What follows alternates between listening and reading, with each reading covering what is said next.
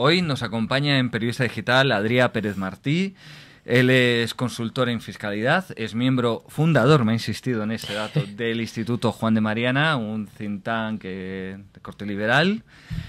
Y bueno, es autor, de hecho, del último estudio de este think tank, que lleva por título Un nuevo ataque del gobierno al ahorro contra la subida de los impuestos a las plusvalías a corto plazo. Bueno, pues con Adrià vamos a hablar sobre este nuevo impuesto, pero en general también sobre temas fiscales y de imposición con el actual gobierno de Mariano Rajoy y la figura de Montoro siempre ahí presente. Sí. Bueno, pues bienvenido, Adrià. Encantado de estar aquí.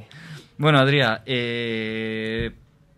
aunque no es exactamente política fiscal, sí está muy relacionado con ello. De hecho, es política fiscal, pero no en cuanto al nivel de impuestos. Y es obligatorio, que lo hemos conocido ahora mismo, como quien dice. ¿Qué opinas de la intención del gobierno de publicar listas, casi parece las listas que sacaban de condenados públicos de Inquisición, ¿no? Es de publicar listas de los grandes defraudadores? ¿Tú crees que será una medida, entre otras cosas, no solo esto, crees que será una medida efectiva para luchar contra el fraude, y qué otras cosas le ves? Efectiva no lo sé, quizá a cierto nivel, pero bueno, en definitiva es un poco meter el miedo en la población, es utilizar estratagemas de otros tiempos en otros países del siglo pasado y que intentan, pues eso, digamos, atemorizar a los contribuyentes que simplemente quieren llevar a cabo su actividad y que por la terrible crisis económica que estamos padeciendo, con este nivel de impuestos a veces es imposible subsistir. Entonces a veces se ven obligados a tener que no declarar o lo que sea, pero vamos, que esto a medida es una más para, como las inspecciones que hacen, que tampoco van a recaudar mucho, pero son para avisar a la población de que ahí están ellos para fiscalizarlo todo. Me da la impresión de que crees que hay un punto de como que se busca el efecto visual, el efecto, ¿no? Por lo que decimos las listas, esta policía entrando en plan los intocables de Lyonés en un restaurante a la hora de comer, exactamente, con las cámaras, con los chalecos estos fosforescentes, sí, es así, es un poco saber que, o sea, como también tiene unos medios limitados, digamos, o sea, es lo que hay, pues claro, utilizan las nuevas tecnologías, la televisión, todo el golpe de efecto, pues como cualquier, pues eso, para meter el miedo. Sí, pero por ejemplo, en fin, tú que como eres, bueno, pues consultor financiero, consultor fiscal, conoces bien cómo funciona el Estado a la hora de trabajar. Sí. ¿Tú crees que realmente si se hacen estas listas, igual que vemos en estas operaciones Lyonés, por decirlo de algún modo, en estas listas se meterían a los grandes defraudadores, o se corre el riesgo de que sean unas listas selectivas de cuidado que sales, no sales, que se juega? Ya, hombre, también ellos, claro, juegan sus cartas y también negociarán el hecho de si te publico la lista o no te publico, en fin, eso también es el back office, digamos, o sea, la parte de atrás que no vemos, también habrá sus negociaciones con los que no declaran o los que evaden o lo que sea, pero vamos, que en fin, el resultado es el que hemos comentado, es el miedo. También, bueno, basarse en el miedo, es que es una cosa que no. Siempre oímos hablar de unos nombres que parece que así suenan como si furan pequeños territorios del mal, Suiza, Liechtenstein, en fin, los paraísos fiscales. Ya, pero es que son jurisdicciones diferentes que hacen uso de unas herramientas, igual son pequeñitos países que igual, por ejemplo, que Estados Unidos tiene una economía muy compleja, muy capitalista, o sea, muy capitalizada, con muchos bienes de producción, etcétera, muy competitiva, pues hay otros países que deben competir en el exterior ofreciendo otro tipo de ventajas, y una de ellas la herramienta fiscal, como puede ser también otras áreas de las regulaciones. Bueno, pues el área fiscal es lícito igualmente. Bueno, vemos que unos de estos territorios, un empleado despedido de un banco roba las listas, y en algunos países se están utilizando estas listas para defraudar, para perseguir a los defraudadores, a los que tienen ahí su dinero, y en España no se ha hecho. De hecho, el tipo está detenido por robo, efectivamente ha sacado ilícitamente unos datos, pero aquí hay muchas voces que piden que se utilicen esas listas. ¿Eso sería legal, que el Estado utilizara unos datos obtenidos mediante un delito para perseguir? Es que lo de legal hay que cogerlo con pinzas, porque pueden modificar la legislación para que lo sea. Quiero decir que si les interesa, pues lo podrían intentar. Yo no sé si ahora será estrictamente legal, pero bueno, pueden cambiar el marco legal actual para que quepa ese tipo de suministro de información de un señor que ha robado los datos a un banco. Quiero decir que eso es un poco, lo de legal o no, al final son leyes que se aprueban en el Parlamento y que los políticos PSOE, PP aprueban, en fin, eso es a su conveniencia, digamos. Ahora, lo de moralidad y que sea ético, etcétera, pues evidentemente no. No. Pero... es un robo de una información. Claro, los estados están caninos de ingresos y van a hacer todo lo posible para eso. Para conseguir ingresos por todas las vías posibles. Igual que lo que hemos dicho de eso, de inspecciones mediáticas y tal. Pero claro, si se cambiara esa legislación como tú dices, no se abriría una vía muy peligrosa. O sea, ¿me explico? O sea, si admitimos que sea legal que utilizar una información obtenida por un tercero de forma ilícita, en el momento que lo aceptamos para Hacienda, ¿por qué después no aceptamos que ya que la policía no puede torturar, bueno, pues la información que se obtiene mediante una tortura de alguien que no es policía y después la policía accede a esa información? Sí, pero lo mismo ocurre a veces en niveles menos estrella, digamos, o sea, niveles más de, por ejemplo, del día a día con la administración, de que se crea, al principio se permite una cosa y luego tributos o el Estado cambia de opinión y no te lo permite, y entonces tú ya te has hecho la planificación fiscal conforme a esas leyes, pero luego te lo cambian, en fin, es un poco, es como lo que está sucediendo ahora a otra escala con las patrimoniales, que son un tipo de sociedades que pueden ser pequeñitas, pues ahora no les permiten aplicar un tipo reducido cuando por una cosa que no tiene mucho, en mi opinión, mucho sentido, y eso lo aplica la DGT, la de tributos, los tribunales del Tribunal Económico Administrativo, etcétera. Quiero decir que muchas veces es el cambio de reglas de juego, la inseguridad jurídica, eso existe y eso se hace.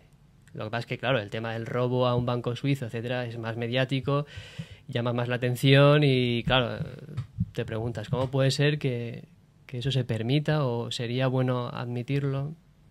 Pero bueno, eso ya existe, o sea, esos cambios... Eso ya existe. Esa inseguridad jurídica existe. Y bueno, ya que hablamos de estos trucos legales, a mí hay una cosa que siempre me ha llamado mucha atención.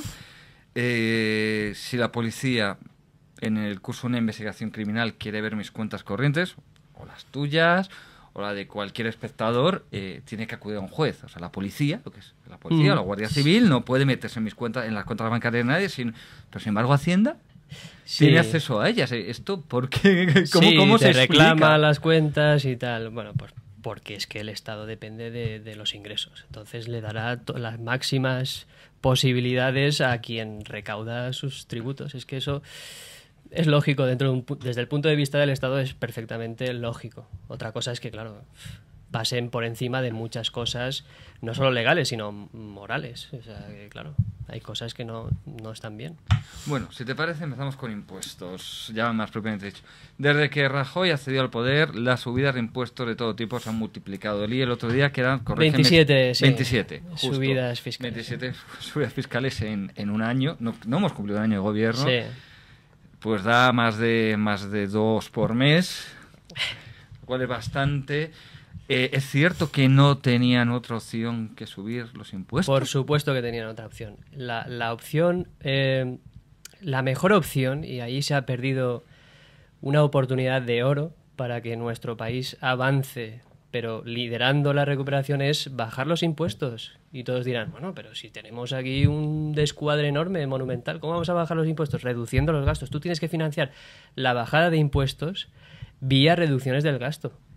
Que si tú lo ves, a lo largo de la burbuja se ha multiplicado a la enésima potencia, con lo cual tienes margen para reducir los gastos, adelgazar una superestructura burbujística estatal, tienes margen para reducir en estos momentos críticos los impuestos y hacernos más competitivos. O sea, eso se podía hacer. Lo que pasa es que es el enfoque del gobierno, o sea, es la perspectiva. ¿Qué perspectiva han tenido? Pues no ser audaces, no ser valientes, no tener las ideas claras y atacar todo el problema en sus distintas vertientes, pero al mismo tiempo. Entonces lo que quieren es poco a poco. No me voy a complicar la vida, voy a subir. y luego ya veré si voy bajando. Como sé que bajar impuestos, reducir el gasto, pues tiene todas las manifestaciones y tal, pues voy a intentar conservar lo que está montado, porque no sé, gran parte de la burbuja fue, pues eso, gastos de personas, o sea, se incrementó, pues, o sea, hay muchos intereses creados, con lo cual le ha interesado mantener el statu quo de la mayoría de integrantes de ese aparato estatal que hay. Entonces prefieren, pues eso, no tocarlo mucho y subir los impuestos. Y luego ya veremos que nos saque de aquí del atolladero la recuperación, que nos saque Alemania, que nos saque no sé quién, pero lo que sea. En total, no han aprovechado una oportunidad estratégica que hubiera sido la de montar aquí un país competitivo, que atrajera el capital, que fuera el capital a esta parte de Europa, pero como hace Singapur en la parte asiática, pues aquí, y encima con los nexos que tenemos con Sudamérica, en fin, estratégicamente podrían haberlo hecho de este modo muchísimo mejor, que hubiera cimentado una recuperación mucho más rápida de lo que ellos mismos se creen, yo creo. Y nada, nos hubiera evitado este sufrimiento, porque realmente si tú bajas de la esfera política, mediática, bajas al nivel de la población, sí que te das cuenta de que la gente está pasándolo muy, muy mal, y los impuestos no hacen más que machacar un poco más a la población. Sí. ¿Qué efectos, de hecho, sobre eso te quería preguntar, qué efectos sobre el día a día, sobre la situación real de los ciudadanos han tenido las subidas, pues, que hemos vivido ya, del IVA, del IRPF? Pues lo del IVA es eso, es ahogarte un poco más, apretarte un poco más en los gastos que tienes.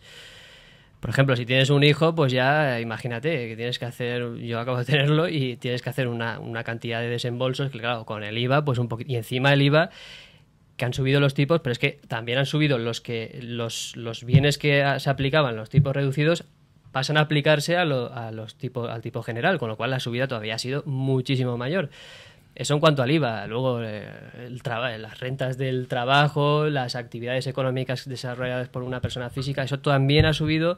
De hecho, el informe de enero del Juan de Mariana, ahí lo pusimos de manifiesto, nos coloca los tipos actuales impositivos marginales del impuesto sobre la renta, nos coloca entre las primeras posiciones de los más elevados de Europa, a la altura de países nórdicos, de la socialdemocracia más pura, digamos, o sea, y eso en cuanto a la renta, con lo cual ahí también machacan, pues eso, a las nóminas, a los que tienen un negocio pero no son sociedades, en fin, todo eso no ayuda nada a afrontar las restricciones de liquidez que están teniendo todo el mundo. Y por ejemplo, sobre el empleo, porque yo pienso, el IVA, si a mí me subes el IVA, yo cuando tengo dos opciones, como yo la subida, con lo cual ingreso menos, o subo los precios, con lo cual me arriesgo a tener menos clientes. Esto, para muchas empresas, es un problema. Entonces me imagino que a lo mejor la subida del paro tiene algo que ver con esto, o no está relacionado. Sí, puede ser. Teóricamente, de hecho, en parte puede ser que sea un impuesto en lugar de al consumo a los factores productivos. ¿Por qué? Pues porque si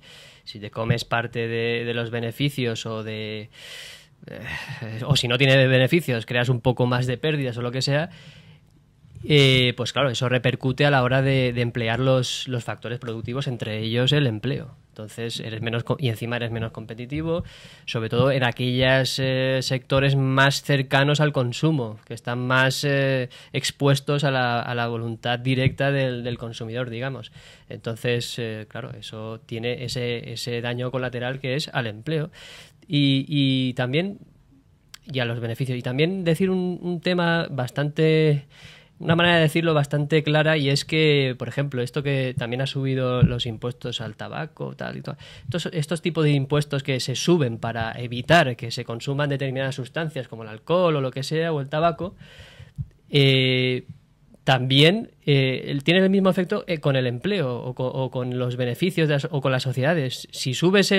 Igual que si subes el impuesto al tabaco es para reducir el consumo de tabaco, si lo subes sobre el trabajo es para reducir el trabajo.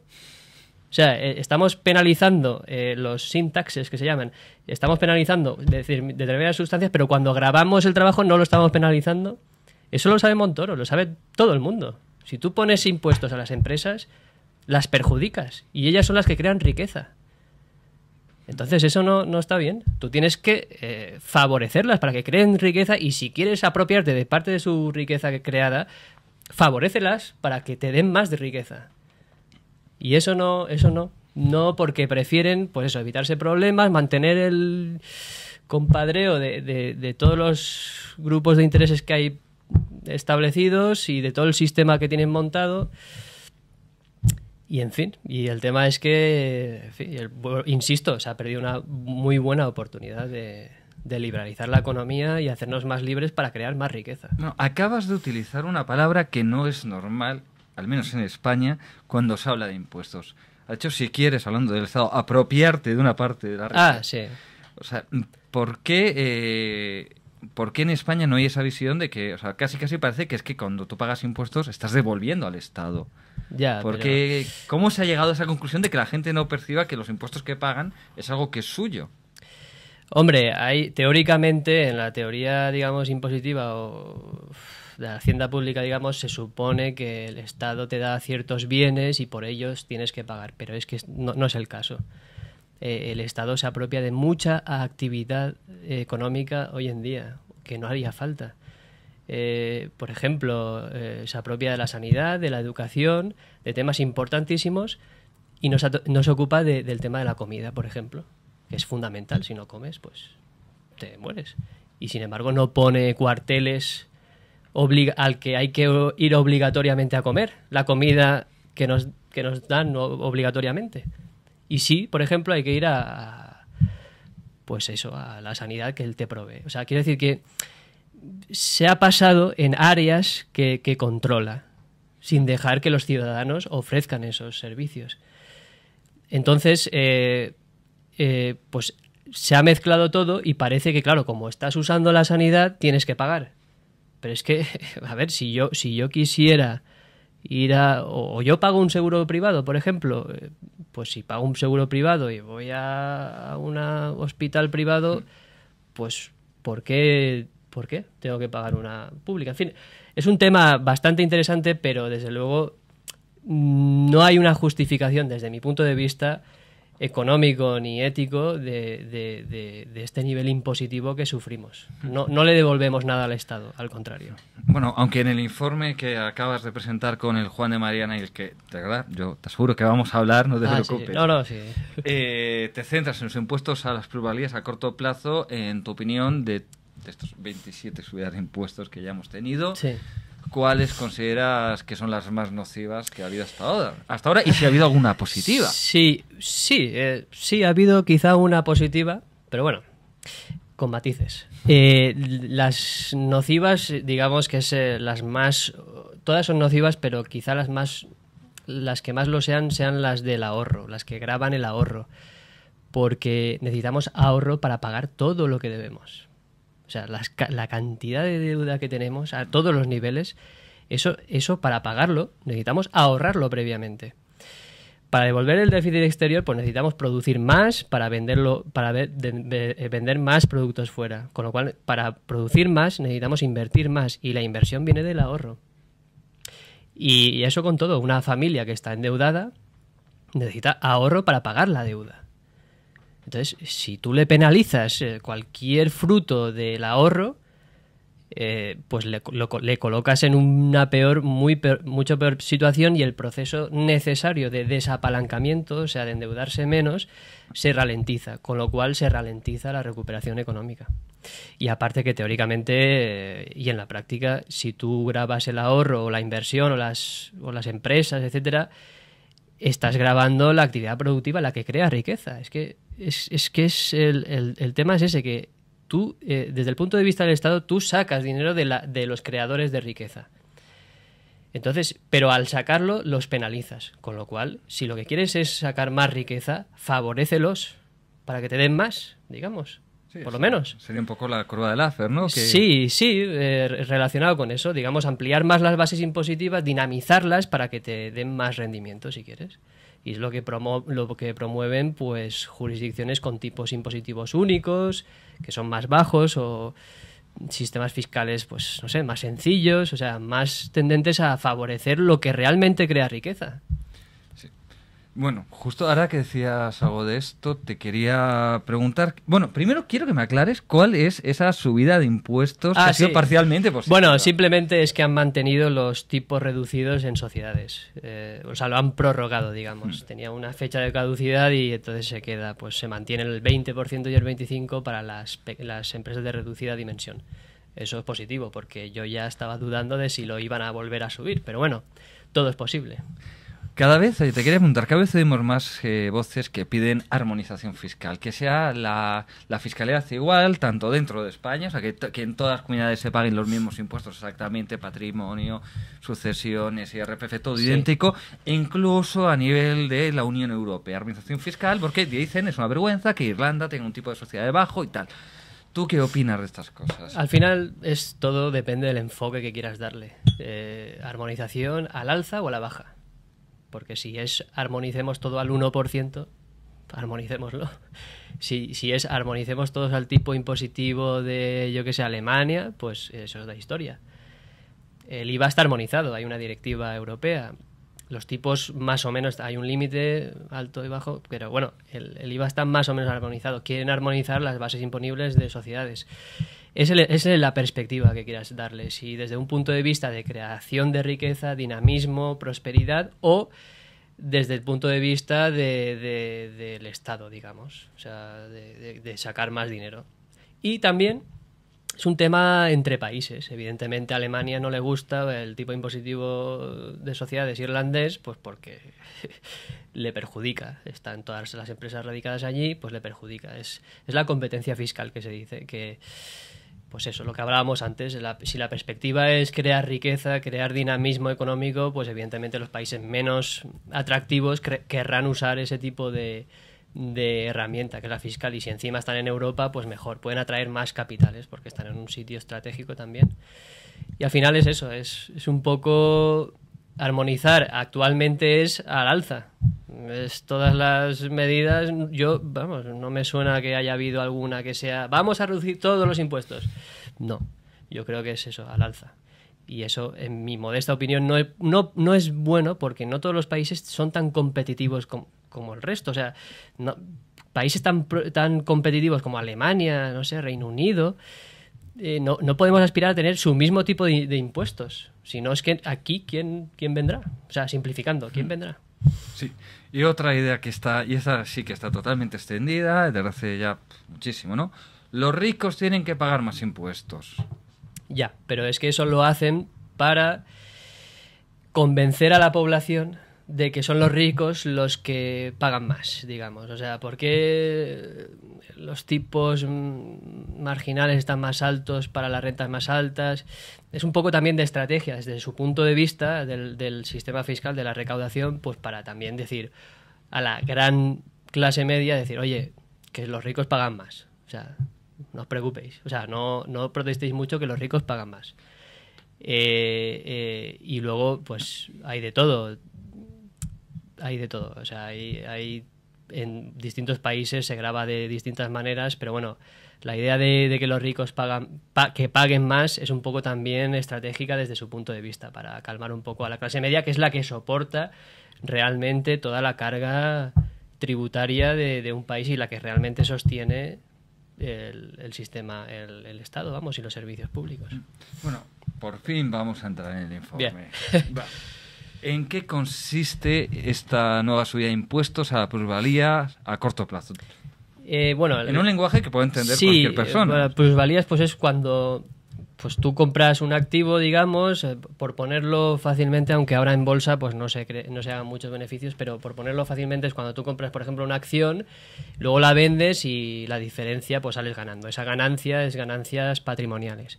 Pero lo mismo puede pasar pues con otro activo, algún elemento patrimonial que tengas, o cuando vendes una casa, o cualquier otro activo por el que puedas ganar una renta, digamos. Y eso, hasta hoy, tributaba a unos tipos marginales que ya previamente subieron, porque venimos de muchas subidas, con lo cual igual en 3 o 4 años hemos subido una barbaridad los impuestos a todo. Pues ahora tributaban independientemente del plazo de generación, o sea, independientemente del tiempo que transcurre entre la compra del activo y la venta. Tributaban a 3 tipos, al 21, 25 y 27, dependiendo del importe de la ganancia. Pues ahora lo que propone el gobierno, que está en trámite parlamentario, es tributar a los tipos marginales de la renta, que son más altos, a aquellas ganancias patrimoniales generadas en menos de un año. Ese cambio supondría, por término medio, gravarlas, sería un incremento del 50%. Dependería también de los tramos, pero bueno, haciendo la media, un 50% más de impuestos a las ganancias patrimoniales o plusvalías a corto plazo, a menos de un año. Pero no a largo.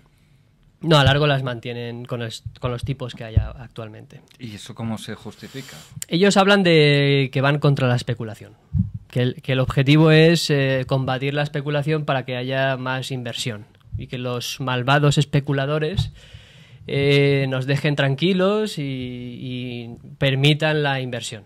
Pero bueno, en realidad, ¿qué es la especulación? Porque eso de otras palabras monstruosas que... Pues eso, las volatilidades que hay en bolsa.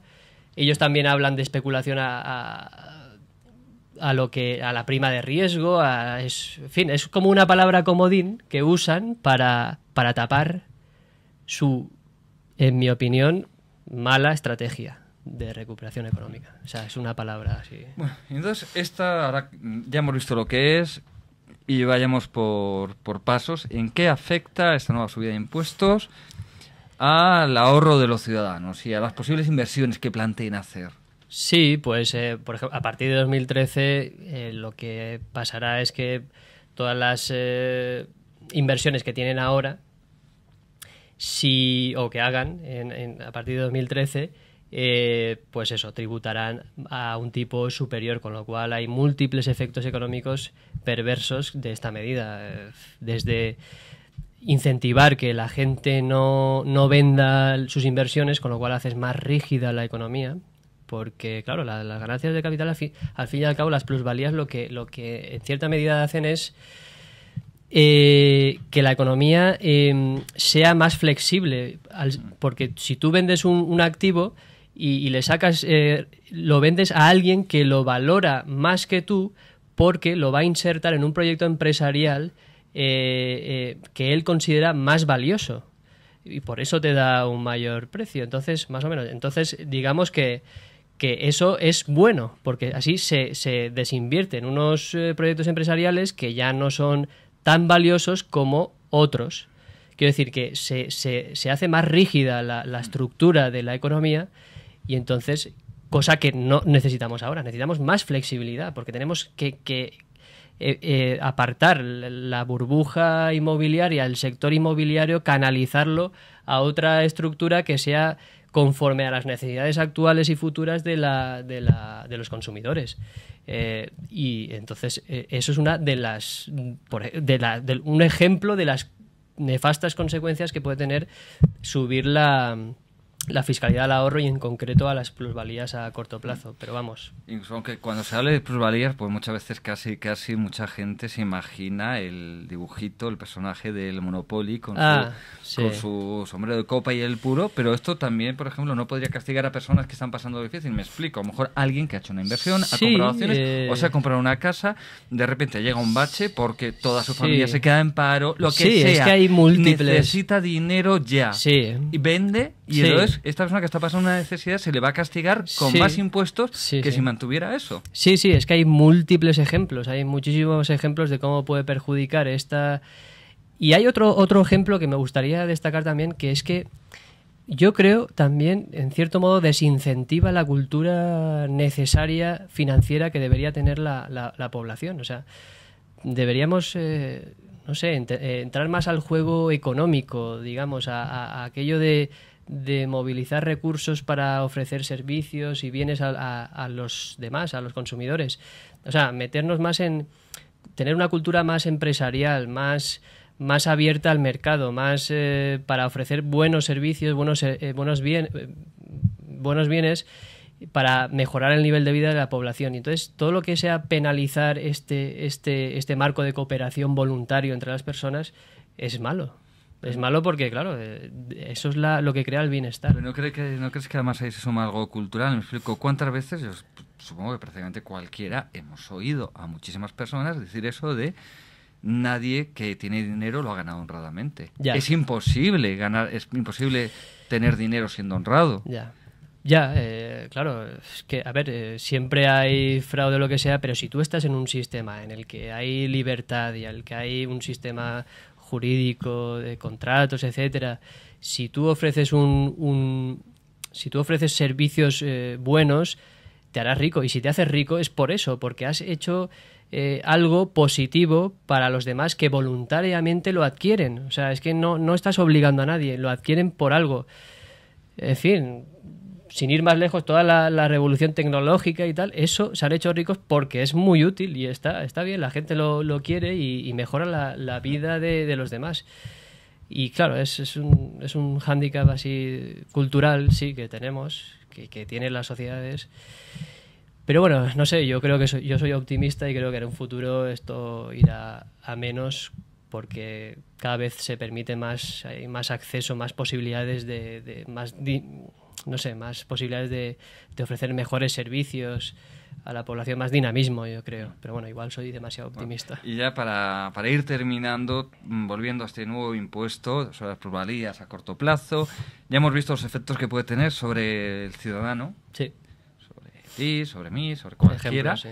Pero después, ¿realmente qué efecto va a tener sobre las cuentas públicas? ¿Va a ser una revolución en la reducción del déficit público? No. De hecho, en el informe, después de analizar por qué lo han llevado a cabo y ver que realmente no es como han dicho, para acercarnos a Europa, para acercarnos a Alemania o para volver al sistema impositivo de 2006, porque demostramos que ni nos acercamos a Europa ni a Alemania, es todo lo contrario, ni nos acercamos a 2006 porque los tipos impositivos son muy superiores. Pues después de verlo todo eso, ver que afecta la inversión productiva, que afecta la recuperación económica, dijimos, pero ¿y cuánto va a recaudar? Entonces nos acercamos a la información de Cristóbal Montoro, del Ministerio de Hacienda, y vimos que lo que se pretendía recaudar era 90 millones de euros, que supone el 0,09% del déficit público de 2011. Entonces, al final, la conclusión, no sé, razonable es que es una medida un tanto populista y demagógica, porque no consigue nada de lo que pretende y encima recauda nada. Entonces, no sé por qué lo han... Bueno, sí que sé por qué. Por eso, por atacar a los especuladores, etcétera. O sea, que casi hay más una cuestión de imagen que de imagen, y también, pues como todo lo demás, para poner unos impuestos elevados para cuando, si la cosa va bien, pues todavía recaudar más, en fin, de todo. Es un tema demagógico y también, pues eso, para elevar mucho los impuestos. Bueno, pues Adrià, de verdad no te entretendemos más, creo que llevamos algo más de media hora, y así que, bueno, pues mira, te comento, en la pequeña biblioteca que tenemos aquí me he encontrado esto, que da este aspecto menos conocido, que es un libro de relatos, Ver por ti y otros relatos, publicado por Atlantis, Ediciones Atlantis, y bueno, o sea, nos encontramos con que un consultor fiscal le da por la literatura de ficción.